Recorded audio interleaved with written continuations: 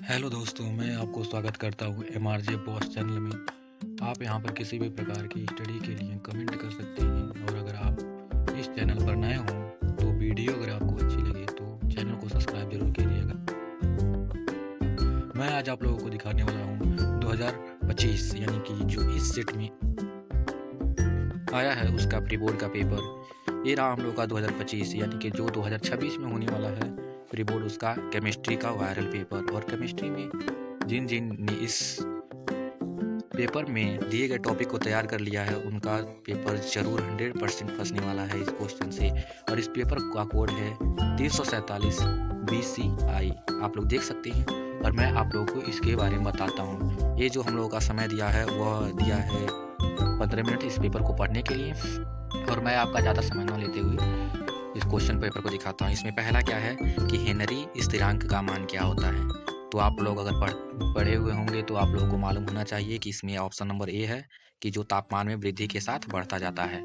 और इसी प्रकार इसमें क्वेश्चन नंबर सेकंड क्या आता है, मैं आप लोगों को दिखा रहा हूँ कि निम्नलिखित में से कौन सा अनुचुंबकीय पदार्थ है। तो मुझे आशा है कि जो बच्चे पढ़े होंगे इसका आंसर आसानी से बता सकते हैं कि यह चौथा है, ऑप्शन नंबर 4 इसका सही आंसर है कि Mn डबल पॉजिटिव। और उसके बाद आता है ग नंबर क्वेश्चन, निम्नलिखित लिगेंडों में से कौन सा उभयदंती लिगेंड है। तो इसका आंसर हो जाएगा NO2 इनवर्स। और उसके बाद होता है प्रश्न नंबर घ, कीटोन का क्लेमेंसन अपचयन किसमें किया जाता है। तो कीटोन का क्लेमेंसन अपचयन किया जाता है जिंक के साथ, जिंक लवर के साथ और सांद्र HCl की उपस्थिति में इसका अपचयन किया जाता है। उसके बाद आता है क्वेश्चन नंबर अंग। इसमें क्या है, जब प्राथमिक एमीन को क्लोरोफॉर्म के साथ एल्कोहलिक के OH में अभिकृत करते हैं तो उत्पाद होता है। इसमें उत्पाद आइसोसाइनाइड बनता है। जब हम लोग प्राथमिक एमीन की अभिक्रिया एल्कोहलिक के OH के साथ कराते हैं तो हमें आइसोसाइनाइड प्राप्त होता है। और उसके बाद आता है क्वेश्चन नंबर 6 क्या है कि विटामिन 12 में क्या होता है। तो विटामिन 12 में कोबाल्ट होता है। ये आप लोग, मुझे आशा है कि आप लोग पढ़े होंगे तो आप लोगों को मालूम होगा कि इसमें कोबाल्ट होता है। उसके बाद आता है हम लोग का जो 2-2 अंक वाले जो क्वेश्चन होते हैं। उसमें पहला क्वेश्चन क्या पूछा गया है इस बार के पेपर में कि राउल्ट के नियम से धनात्मक तथा ऋणात्मक विचलन को उदाहरण सहित समझाइए।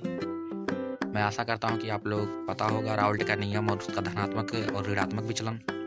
और प्रश्न नंबर ख है, कारण सहित स्पष्ट कीजिए कि संक्रमण धातुएं तथा इनके यौगिक उत्तम उत्प्रेरक का कार्य करते हैं। प्रश्न नंबर ग है, निम्नलिखित उप सहसंयोजक यौगिक में IUPAC का नाम लिखना है। इनका IUPAC का नाम लिखना है। इसमें क्या होता है कि ये जो हमारे होते हैं लिगेंड होते हैं और इसका ऑक्सीकरण संख्या निकाल के लिखाना होता है। इसमें 2 है जो 1-1 नंबर का है, इसे करेंगे तो 1 नंबर मिलेगा और इसको करेंगे तो 1 नंबर मिलेगा। 1 और 1 प्लस 2 हो जाएगा। उसके बाद इसमें घ नंबर क्वेश्चन आता है कि हेलो एल्केन की केसियन से अभिक्रिया होने पर मुख्य उत्पाद के रूप में एल्किल साइनाइड बनता है, जबकि एजिसियन से अभिक्रिया कराने पर एल्किलिक आइसोसाइनाइड प्राप्त होता है। कैसे प्राप्त होता है ये आपको समझाना है। तो 1 नंबर एल्किल साइनाइड को समझाने पर मिलेगा और 1 नंबर एल्किल आइसोसाइनाइड प्राप्त करने पर मिलेगा। तो 2 नंबर का यह क्वेश्चन है। अगर आप लोग चाहते हैं कि इस क्वेश्चन को पूरा सोल्यूशन के साथ मैं दिखाऊं तो आप लोग कमेंट जरूर कीजिएगा। उसके बाद आता हम लोग का प्रश्न नंबर 3, यानी कि इसमें जितने प्रश्न हैं इसमें कुल क ख ग घ 4 प्रश्न हैं जो कि 8 नंबर आपको देखे जाएंगे। ये भी 2-2 नंबर का है। पहला क्या है कि मोलल उन्नयन स्थिरांक को परिभाषित करना है और इसमें दूसरा क्वेश्चन 1 नंबर इसको मिल जाएगा।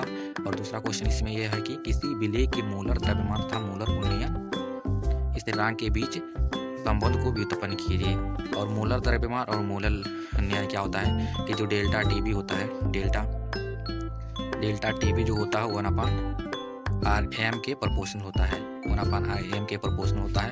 उसके बाद यहाँ पर समानुपाती स्थिरांक लगता है और इसको आप सॉल्व करते हैं। उसके बाद ख नंबर क्वेश्चन क्या है कि फिनाल की अम्लीय प्रकृति पर टिप्पणी लिखिए। फिनाल अम्लीय प्रकृति का क्यों होता है उसके बारे में बताना है। प्रश्न नंबर ग क्या है कि बेंजल्डिहाइड तथा एसिटोफिनान में विभेद करने के लिए रासायनिक परीक्षण लिखिए कि बेंजल्डिहाइड की संरचना और एसिटोफिनान की संरचना हमें बना देनी है और उसमें जो अलग अलग यानी कि इसका सूत्र लिख देना और इसका सूत्र लिख देना है और वही उसमें विभेदन हो जाएगा। यानी कि अलग अलग जो होते हैं किस कारण से हम जान सकते हैं कि यह बेंजल्डिहाइड है और यह एसिटोफिनान है। जैसे बेंजल्डिहाइड में CHO समूह होता है और एसिटोनोफिनान में OH समूह होता है। इससे हम बता सकते हैं कि यह बेंजल्डिहाइड है और यह एसिटोफिनान है। और घ नंबर क्वेश्चन क्या है कि प्रोटीन क्या होता है, प्रोटीन के बारे में हमें बताना है। और प्रोटीन के विकृतीकरण पर संक्षिप्त टिप्पणी लिखनी है और प्रोटीन का बंटवारा किस प्रकार होता है उस पर एक संक्षिप्त टिप्पणी लिख देनी है हमको। उसके बाद प्रश्न नंबर घ यानी कि प्रश्न नंबर 4 चालू होता है। प्रश्न नंबर 4 में क्या पूछता है, यह प्रश्न 3-3 नंबर का होता है और यह लगभग आपको 5 से 6 लाइन लिखना पड़ेगा, तब यह आपको 3 नंबर मिलेगा। तो प्रश्न नंबर 4 क्या कहता है, इसमें क क्वेश्चन नंबर पूछा गया। इसमें 4 क्वेश्चन है, क, ख, ग, घ। उसके बाद इसमें पहला क्वेश्चन क्या है कि ग्लूकोज के जलीय विलयन की सांद्रता 10% यानी कि W/W प्रतिशत है। विलयन के मोलल तथा विलयन में प्रत्येक घटक का मोलन से क्या है। यदि विलयन का घनत्व तो इतना ग्राम लीटर इनवर्स हो तो विलयन की मोलरता की गणना कीजिए। तो इसमें क्या करना है कि आप लोग पहले ग्लूकोज के जलीय विलयन की सांद्रता निकालनी है, उसके बाद इसका मूल्यांश है, सांद्रता दिया है, मूलांश दिया है, फिर विलयन का घनत्व दिया है। जब आप लोग मूलांश निकालेंगे और विलयन का घनत्व मालूम रहेगा तो आप लोग मोलरता की आसानी से गणना कर सकते हैं। उसके बाद प्रश्न नंबर ख क्या कह रहा है कि विद्युत अपघट्य के विलयन की चालकता तथा मोलर चालकता को परिभाषित कीजिए। परिभाषित कीजिए किसी 0.002 मोल एसिटिक अम्ल की चालकता 7.896 इंटू 10⁻⁵ सीमेंस सेमी इनवर्स है, इसकी मोलर चालकता की गणना करनी है।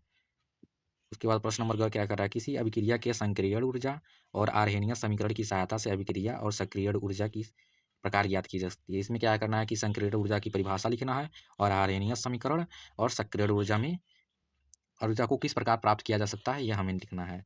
उसके बाद प्रश्न नंबर घर क्या कह रहा है, लेंथेनाइड आंकुंचन क्या है, यानी कि लेंथेनाइड आंकुंचन क्या होता है इसके बारे में बताना है। लेंथेनाइड आंकुंचन के परिणाम को समझाना है।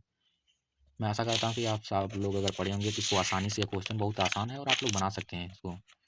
उसके बाद इसमें 5वें नंबर, जो 5वां नंबर होता है उसमें भी 4 क्वेश्चन क, ख, ग, घ होते हैं और इसमें जो होता है वह 4-4 नंबर का, प्रत्येक क्वेश्चन 4 नंबर का होता है। तो इसमें क्या है कि गैल्वनी सेल को दर्शाइए जिसमें निम्नलिखित अभिक्रियाएं होती हैं। पहले हमको गैल्वनी सेल बनाना है जिसे हम लोग डैनियल सेल भी कहते हैं, जिसमें साल्ट ब्रिज होता है, ऐसे नली निकली होती हैं। फिर यहाँ पर एनोड होता है, कैथोड होता है, ऐसे आकर मिल जाती हैं और इसमें जो साल्ट ब्रिज होता है ऐसे आके मिल जाता है। और यह हमारा एनोड होता है जिस पर माइनस चार्ज होता है, या कैथोड होता है जिस पर प्लस चार्ज होता है, और यहाँ यह लवर सेतु होता है हम लोगों का, जिसे हम लोग साल्ट ब्रिज कहते हैं। इसमें से क्या होता है कि इलेक्ट्रॉन इधर बढ़ता है और इसमें से धनावेश इधर बहता है। इलेक्ट्रॉन का प्रवाह इधर होता है और धनावेश का प्रवाह इधर होता है। तो साल्ट ब्रिज बनाना है, इसको पूरे बारे में दर्शाना है। उसके बाद इस पे जो होता है जिंक सल्फेट का विलयन होता है, SO4 का, यह कॉपर सल्फेट का विलयन होता है, SO4 का। ये जो समीकरण दिया है कॉपर सल्फेट और मैग्नीशियम सल्फेट, इसको यहाँ पर दर्शाना है, इसको लिखना है और इस सेल की सहायता से परिकल्पना करना है। तो यह जो होता है कि ए सेल बराबर होता है, सेल बराबर E anode, E anode plus E cathode, E cathode के फार्मूले से हम लोग इसको ज्ञात कर सकते हैं, बहुत ही आसानी से ज्ञात कर सकते हैं। और मैं बता रहा हूँ कि आपको यह चित्र बना देना है, इसकी परिभाषा कैसे कैसे काम करता है और यह 4 से 5 लाइन का इसका सॉल्विंग सॉल्यूशन है। आप लोग यह कर देते हैं तो यह आप लोगों को 4 नंबर मिल जाएगा। इसमें मैं बता दे रहा हूँ कि नंबर किस प्रकार बटा है। यह 3 नंबर की इस प्रकार है कि आप लोगों को इसको बनाना है, इसका जो लिखना है स्ट्रक्चर के बारे में, कैसे कैसे प्राप्त किए हैं और इसका हमको ई एनोड और ई कैथोड याद करेंगे तो 3 नंबर मिलेगा।